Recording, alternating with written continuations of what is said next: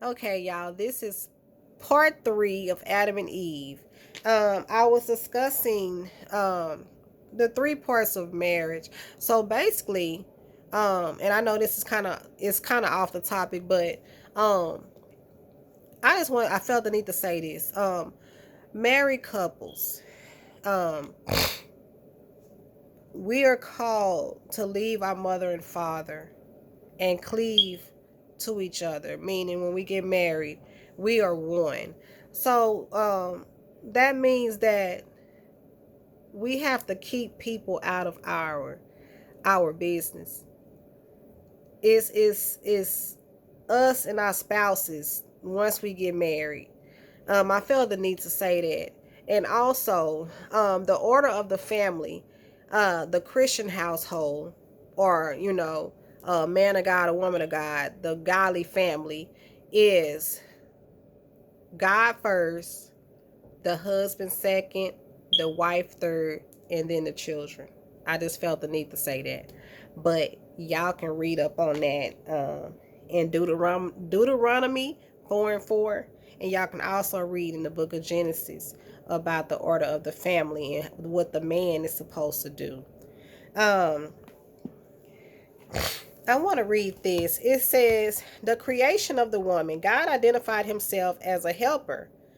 And we can find this in Exodus 18 and 4 and Deuteronomy 33 and 7.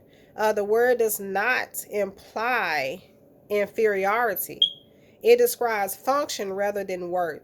No one loses value in humbly assuming the role of a helper. As a helper to the man, the woman became his partner spiritually in the overwhelming task of obedience to God and dominion over the earth.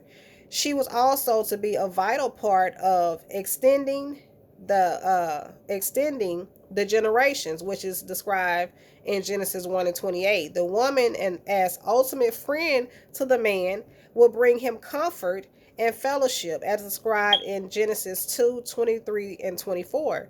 No one else could encourage and inspire him as she was created to do. The phrase comparable to him um, is corresponding to what is in front of him occurs only in verses 18 and 20, emphasizing the commonality of the man and the woman, designed as the perfect counterpart for the man. The woman was neither inferior or nor superior, but she was alike and equal to the man in her personhood while different and unique in her function. Man and woman were both created in God's image. Just as man was formed from the earth, woman was formed from man. She corresponds perfectly to the man. The same flesh and blood, and in the image of God, just as the man, equal to him in every way. We can find this in Genesis 1 and 27. By the creative act itself, she is inseparable. I can't talk today. Linked to God, inseparably linked to God. Linked to the man, y'all. Hold on. She is inseparably linked to the man. Um, the unity of the race is assured. Genesis 1 and 27 and 28, the woman's dignity and worth is affirmed. Genesis 2 and 22. The foundation for Christian marriage is set forth in a memorable way.